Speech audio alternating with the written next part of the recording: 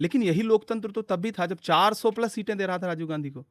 यही लोकतंत्र तो तब भी था जब नेहरू जी को बार बार जिता रहा था। बट नेहरू जी के टाइम में दैट वाज स्टार्टिंग। स्टार्टिंग थी तो तब तो और मुश्किल था ना। आप लोकतांत्रिक बना रहे थे लोगों को, राजतंत्र से निकल के आए थे लोग, आप उनको लोकतांत्रिक बना रहे थे। आप उस योगदान को सोचिए ना। वो किसी ने बहुत अच्छी बात कही है कि मतलब जब आप नेहरू जी पे तबसरा करें तो आप ये सोचें कि बुनियाद पे बात कर रहे हैं आप। छतें आप हो सकता है खूबसूरत बना लें और थोड़ा सा हट वट बना लें, एक और खूबसूरती के साथ डोम बना लें, लेकिन जो बुनियाद है ना, हम नींव के पत्थर हैं, दिखाई नहीं देते। तो आप उनके योगदान को तो आप बड़ा ही मानना पड़ेगा आपको। तो जाहिर तो से लोकतंत्र तो वो भी था ना। आज जब आप क्रिटिसाइज करते हो तो एकदम से खारिज कैसे कर देते हो? तब आप वहां क्यों नहीं मानते कि वो लोकतंत्र था? और इसी देश की जनता तो 400 प्लस सीट दे रही थी, राजीव जी को दे रही थी ना।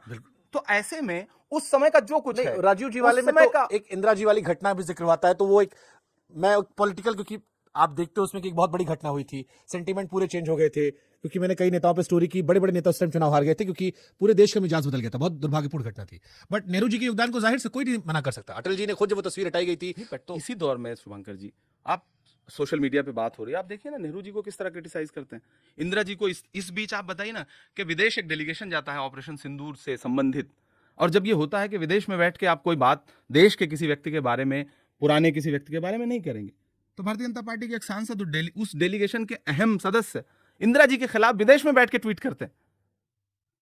क्या ये अच्छा है? और ये हो रहा है, और इसे इसे स्वीकार कर रही है सरकार। स्वीकार ही नहीं कर रही है बल्कि एक तरह से पुरस्कृत कर रही है ऐसे लोगों को। तो ये जो पूरी प्रक्रिया है, ये प्रक्रिया गलत है। ठीक है, आपके समय में जो लोकतंत्र में घट रहा है वो सब कुछ है। तो जो पुराने समय में लोकतंत्र में हुआ, जो इतिहास लिखा गया, वो सब भी तो लोकतांत्रिक प्रणाली से ही लिखा गया है ना। देश के लोगों ने ही, एनसीईआरटी की किताबें हो, पाठ्यक्रम हो, सब कुछ तो लोकतांत्रिक प्रणाली से ही आया है ना।